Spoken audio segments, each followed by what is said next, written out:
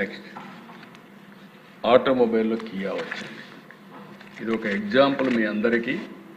Kia విషయంలో మీరు ఒకసారి చూస్తే ఆ రోజు కియా నేను అడిగినప్పుడు మేము రావాలని ఇంటెన్షన్ ఉన్నా, చాలా కాంపిటీషన్ ఉంది, వస్తాం, మీరు ఏ విధంగా నీళ్లు ఇస్తారని అడిగే పరిస్థితికి వచ్చాను. నేను 6 నెలలు టైం ఇవ్వండి, మీరు 8 నెలలు టైం ఇవ్వండి, నేను రిజర్వాయర్ కట్టి అప్పుడే మిమ్మల్ని పిలుస్తానంటే 8 నెలల్లో రిజర్వాయర్ పూర్తి చేసి తర్వాత ల్యాండ్ ఇచ్చి, ల్యాండ్ కూడా లెవెలింగ్ అన్ని చేయించి 5 సంవత్సరాల్లో కియా మోటార్ని ఆపరేషన్ చేసి ఫస్ట్ కారు మళ్ళానే అది ఒక సాటిస్ఫాక్షన్.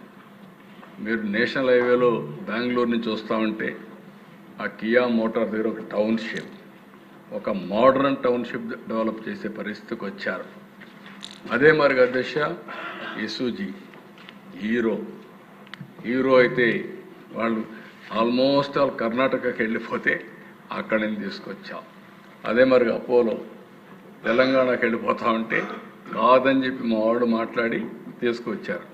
తీసుకొస్తే నేను వాళ్ళ ఫంక్షన్కి కూడా వెళ్ళాను, ఊరికే రాలా. ఇవన్నీ ఎప్పుడు కూడా రిలేషన్స్ మెయింటైన్ చేయడం అనేది ముఖ్యం.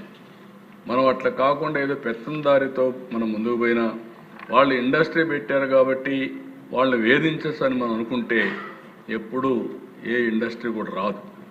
ఆ విషయం కూడా మీరు ఒకసారి నేను ఆ అపోలోతో ఒకసారి మాట్లాడితే ఒకరు కాదు, వీళ్ళలో చాలామంది బాధపడ్డారు, కళ్ళని పెట్టుకునే పరిస్థితికి వచ్చారు. ఈరోజు కియా మోటార్స్ యాంక్సిలరీ యూనిట్స్ అన్ని వస్తే అన్నీ పారిపోయినాయి. అదే మరిగా అపోలో అయితే మొత్తం రాష్ట్రానికి రావడం మానేశారు. ఇలాంటి 1-2 కాకుండా అన్ని ఇండస్ట్రీస్ ఇది మరిగా వచ్చాయి.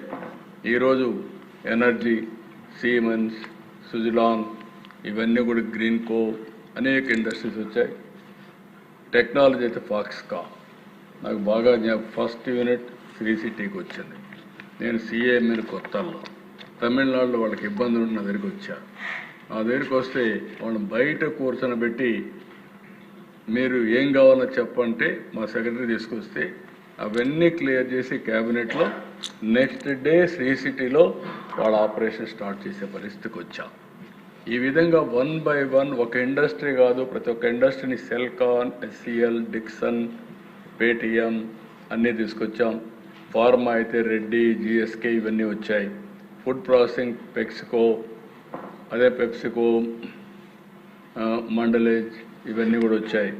కడాన ఈరోజు మీరు చూస్తే ఆంధ్రప్రదేశ్లో food processing one of the best సెంటర్గా తయారయ్యే పరిస్థితి వచ్చింది. ఇప్పుడు నెక్స్ట్ లెవెల్కి వెళ్తున్నాం. టెక్స్టైల్ కూడా ఆ జాకీని తరివేశారు. వాడు పాపము ఇంకా ఏం చేయాలో దిక్కు తెలియకుండా పారిపోయే పరిస్థితికి వచ్చాడు.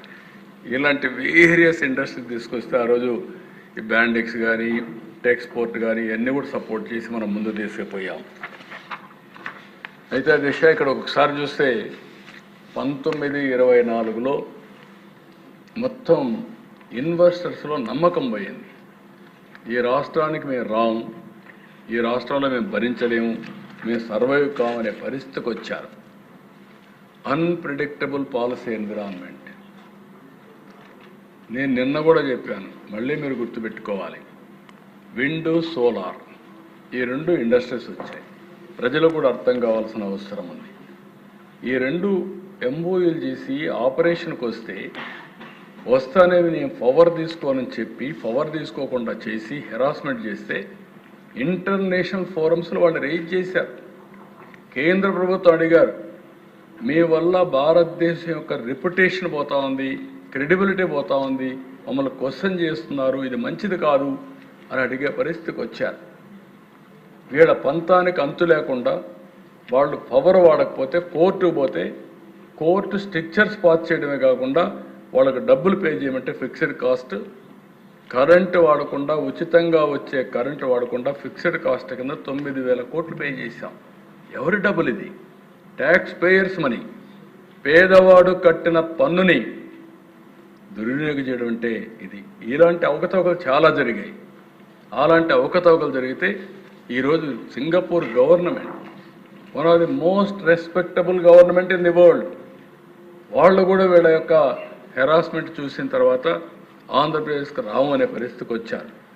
ఎవరైనా మంచి రిలేషన్స్ పెడితే వస్తారు. అలాంటి రిలేషన్స్ పెట్టి తీసుకొస్తే వాళ్ళు వచ్చే పరిస్థితి లేకుండా పోయింది. ఇవన్నీ కూడా దీనికి ఏమైంది, ఆంధ్రప్రదేశ్ బ్రాండ్ దెబ్బతినింది. ఆ విషయం మనం గుర్తుపెట్టుకోవాలి. ఒక వ్యక్తి కాదు, ఒక రాష్ట్రం శాశ్వతం, వ్యక్తులు శాశ్వతం కాదు. అలాంటిది రాష్ట్రం యొక్క ఇమేజ్ని దెబ్బతీస్తే ఆ ఇమేజ్ని మళ్ళా రీబిల్డ్ చేయడానికి ఈరోజు ఇన్వెస్టర్స్లో కాన్ఫిడెన్స్ పోయింది, బిజినెస్ మూమెంటం పోయింది, లో పాలసీ రిలయబిలిటీ నమ్మకాలు పోయినాయి మన మీద. ఆంధ్రప్రదేశ్ రాష్ట్రం అంటే ఇలాంటి వాళ్ళు ఉంటే మేము వస్తే ఎప్పటికైనా ఇబ్బంది కదా, ఎందుకు రావాలనే పరిస్థితికి వస్తే కాదు. ఇంకా రాబోయే రోజుల్లో శాశ్వతంగా రారు ఇటువంటి వాళ్ళు మా రాష్ట్రంలో, మా ప్రజల్లో. అందుకనే ఈసారి ఓట్లు కూడా వేయలేదని చెప్పి చాలా స్పష్టంగా చెప్తే ఇప్పుడిప్పుడు కొంత కాన్ఫిడెన్స్ వచ్చి మొత్తం కూడా మీరు చూస్తే అధ్యక్ష, లాస్ట్ టైం నేను ఒకటే చెప్పాను,